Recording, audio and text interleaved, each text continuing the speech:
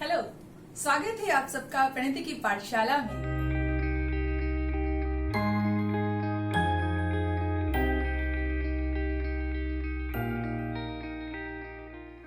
Cell organelles means part of the cell. इस video में हम प्लास्टिड के बारे में जानेंगे। प्लास्टिड, इस टॉपिक को शुरू करने से पहले मैं आपको बताना चाहती हूँ कि अगर हम किसी बगीचे में जाते हैं तो हम क्या देखते हैं। फूल, फल, पेड़, पौधे। तो फूलों का और फलों का जो ये चटक रंग होता है, जिसके प्रति हम बहुत आकर्षित होते हैं, तो कई बार हमारे दिमाग में ये क्वेश्चन आता है कि ये जो फल और फूल हैं जो हमको बहुत आकर्षित करते हैं, उनका ये जो चटक रंग है वो कहाँ से पाते हैं। पत्ते का रंग हरा ही क्यों होता है और ये हरा रंग इसे कैसे मिलता है, इसके पीछे जो कारण है आज हम उसके बारे में जानेंगे। तो जिसके बारे में हम आज ये जान रहे हैं, जिसके बारे में हम पढ़ेंगे, तो वो है प्लास्टिड, जिसको हम आम भाषा में कह सकते हैं कि ये जो प्लास्टिड होते हैं वो एक तरह से कलर बैग की तरह काम करते हैं प्लांट सेल में। तो प्लास्टिड जो होते हैं वो हमको प्लांट सेल में ही मिलते हैं और एक तरह से हम ये कह सकते हैं कि प्लास्टिड जो होते हैं वो एक तरह से कलरफुल ऑर्गेनल्स हैं। मीन्स जब हम प्लांट सेल को देखते हैं तो जो कलरफुल ऑर्गेनल हमको नज़र आता है, जो कि उसी को ही हम लोग कहते हैं प्लास्टिड, और इसी के बारे में हम जानेंगे। Plastid, our first point is plastid occurs mainly in the plant cell। मैंने आपको जैसे पहले ही बताया कि जो फूल, फल और पत्तों का जो रंग होता है, जो हरा रंग होता है, वो प्लास्टिड के वजह से ही होता है। तो हम ये कहेंगे कि जो हमारा पहला पॉइंट है कि जो प्लास्टिड होता है वो सिर्फ प्लांट सेल में ही होता है, प्लास्टिड एनिमल सेल में एब्सेंट होता है। Our next point is plastids are generally spherical, disc और oval shaped। जैसे कि आप इस डायग्राम में देख ही रहे हैं, जो ये स्ट्रक्चर है ये स्फेरिकल शेप है। तो जनरली जो प्लास्टिड का शेप होता है वो या तो स्फेरिकल होता है, डिस्क टाइप होता है और ओवल शेप्ड होता है।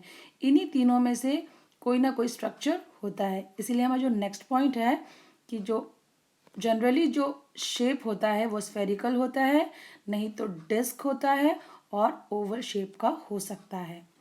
Our next point is they are double membrane organelle। इस पॉइंट को समझने के लिए मैं आपको बताना चाहती हूँ कि हमने माइटोकॉन्ड्रिया में पढ़ा था कि जो माइटोकॉन्ड्रिया होता है वो भी डबल मेम्ब्रेनियस होता है। ठीक उसी तरह प्लास्टिड भी डबल मेम्ब्रेन होता है। जो हम लोग ये बाहर वाला मेम्ब्रेन देख रहे हैं, द आउटर लेयर को ही हम लोग आउटर मेम्ब्रेन बोलेंगे। और आउटर मेम्ब्रेन किसकी तरह काम करता है? एक तरह से इस ऑर्गेनल को एक प्रोटेक्शन दे रहा है। आउटर मेम्ब्रेन का काम ही यही है कि वो प्लास्टिड को एक तरह से एक प्रोटेक्शन दे रहा है, यही काम है। और जो इनर मेम्ब्रेन होता है वो एक स्पंज की तरह काम करता है, एक स्पंज की तरह काम करता है। और इसी स्पंज अंदर के जो ऑर्गेनल्स होते हैं, इसके अंदर के जो पार्ट्स होते हैं, उनको एक तरह से महफूज रखता है। और इसी को हम कहते हैं, इस अंदर वाले जो हम लोग इनर मेम्ब्रेन जो होता है, जिसको जो अंदर की जो मैट्रिक्स होता है उसको संभाल के रखता है, जिसको अंदर का जो मैट्रिक्स है उसी को हम लोग इस तरह हम लोग कहेंगे, जिसमें डायग्राम में हम देख ही रहे हैं, अंदर वाले मैट्रिक्स को हम कहते हैं स्ट्रोमा। तो इस स्ट्रोमा को एक तरह से संभाल के रखता है, एक स्पंज की तरह काम करता है inner membrane. Our next point is they have a matrix known as stroma। जैसे कि मैंने आपको पहले वाले पॉइंट में ही बता दिया है कि जो इनर मेम्ब्रेन होता है वो इस मैट्रिक्स को एक तरह से प्रोटेक्ट करके रखता है, तो जिसको हम इस मैट्रिक्स को हम क्या कहेंगे, स्ट्रोमा। तो हमारे पॉइंट में लिखा हुआ है they have a matrix known as a stroma. तो हम अंदर का जो मैट्रिक्स हम लोग डायग्राम में देख ही रहे हैं, जो लाइट ग्रीन कलर का दिखाई दे रहा है, इसी वाले एरिया को हम लोग कहते हैं stroma. Our next point is they have their own DNA and ribosomes. ये वाला लाइन हमने पहले भी पढ़ा है, माइटोकॉन्ड्रिया में पढ़ा है। तो माइटोकॉन्ड्रिया में हमने पढ़ा था कि माइटोकॉन्ड्रिया का भी अपना खुद का डीएनए होता है एंड राइबोसोम होता है।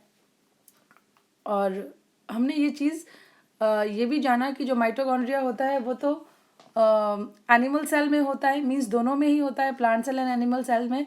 लेकिन प्लास्टिड जो होता है वो सिर्फ प्लांट सेल में ही होता है।